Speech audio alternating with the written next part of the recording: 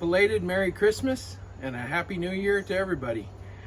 We wanted to celebrate the new year by taking some time to just celebrate what happened at all the good stuff that God did at the Waorani Worship Conference that we just had just before Christmas.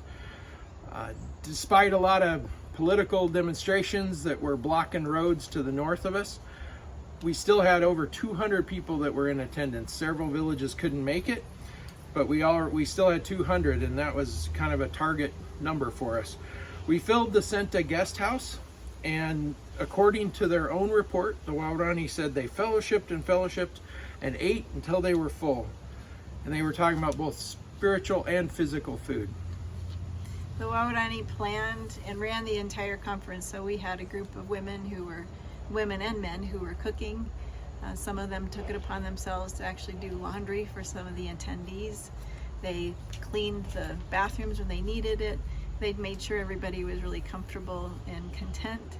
And all the people who came were really blessed by how well cared for they were. The Waorani ran. We had sessions during the day and the evenings where we sang some of the new songs from the July songwriting workshop, as well as some brand new ones that had just been recently composed. And everybody got to go home with a brand new song booklet so that they can continue singing those songs in their communities. And they also, during some of the sessions, would play some games. We had some Bible trivia and fun things like that. The youth had planned and practiced a couple of skits that were incredibly moving and meaningful, as well as a number of the Waorani leaders shared their testimonies, and we had several spontaneous folks stand up front to sing "I Have Decided to Follow Jesus" as a declaration of their newfound faith, which was pretty special. On our free time, we played traditional games. So the old folks said it was so fun to see some of the younger generation actually throwing spears and using the blowguns. And they need to see that. They need to see what we do, and they need to practice it because they're not doing that anymore. But we also had some things like a blindfolded obstacle course, and everybody just had an absolute blast doing that. At the end, there were about 26 Waorani leaders who gathered together to talk and to think about what their future is.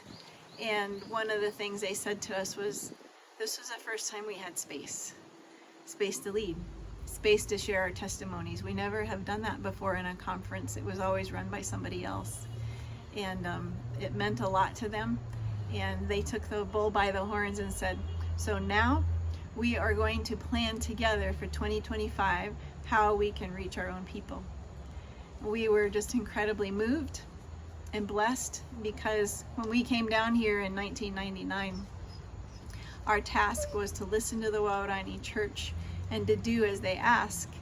But our hope was that they would be empowered to embrace who they are culturally and also embrace their identity in Christ so that they could lead their own church as the Lord leads them to. And we got to see that after 25 years come to fruition.